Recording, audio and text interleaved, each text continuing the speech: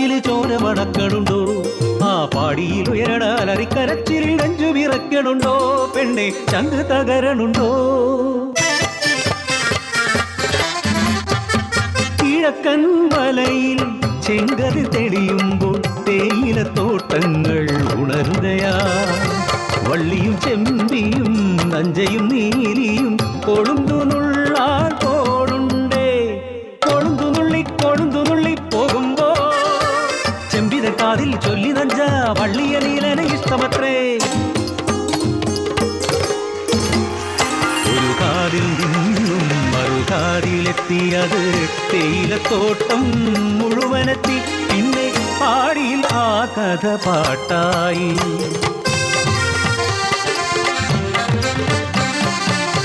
ഒരു നല്ല നാളിൽ കരം പിടിച്ചു നീലൻ വള്ളിയെ ജീവന്റെ പാതിയാക്കി.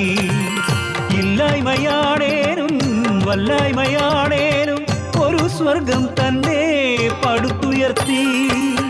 അവരുടെ സ്വപ്നങ്ങൾ ചിറകുവച്ചു ഒരു കുഞ്ഞിക്കരച്ചിലുണർന്നു.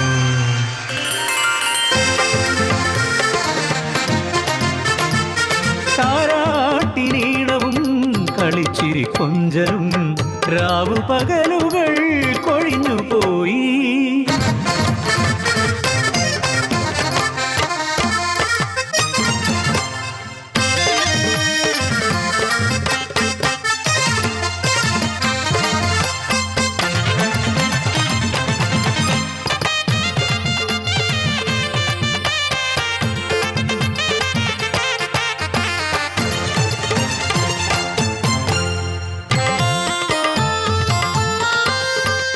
ദിനം കുഞ്ഞിന് പൊള്ളണ ദിനം മരുന്നിനായി നീലൻ മലയിറങ്ങി.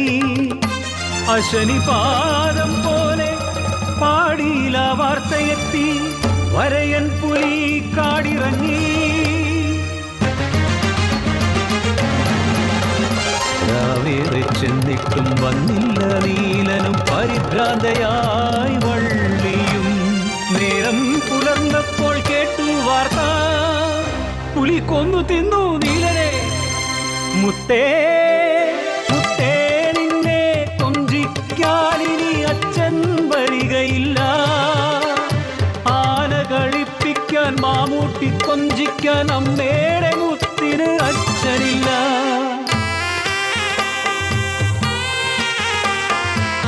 അഴിഞ്ഞുപോയൊരു താലിച്ചരടി തകർന്നു പോയെന്റെ ജീവിതവും. തേയിലത്തോട്ടത്തെ കൊളുന്തുപോലെ മകൾക്കായി പിന്നെയും തളിർത്തുവള്ളി. നാടിനെ വീതിയിലാട്ടി പിന്നെയും പിന്നെയും കാടിറങ്ങി. ആ നരഭോജി കാടിറങ്ങി. വേലക്കിറങ്ങാനോ പേടിയായി. പാടികൾ കണ്ണീർ കടലായി. പാടിതൻ മുറ്റത്ത് കളിക്കുന്ന കുഞ്ഞിനെ നോക്കിയിരിക്കുന്ന വള്ളി. ഒരു മുഴൽച്ച കേട്ട് എട്ടി നോക്കി. കൊണ്ടുപോയ നരവാസി കുഞ്ഞിനെയും. അലറിക്കരഞ്ഞവൾ പിന്നാലെയോടി തേയിലത്തോട്ടത്തിലേക്ക്.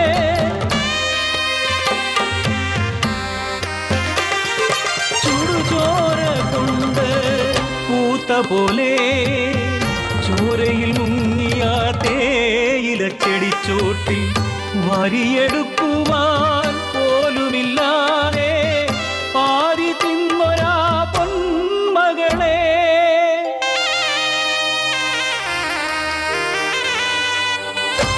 ആയിരം ജന്മങ്ങൾ പൊലിഞ്ഞാലും കണ്ണു തുറക്കാത്ത അധികാരമേ. കാട്ടുമൃഗത്തിൻ വില പോലുമില്ലാത്ത ജന്മമാ